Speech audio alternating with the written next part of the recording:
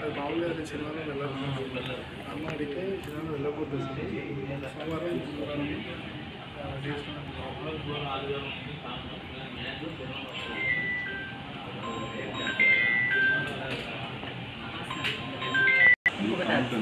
ఇవన్నీ ఇట్లా పెట్టేస్తాను ఈ టేబుల్ ఇట్లా పెట్టేస్తాను.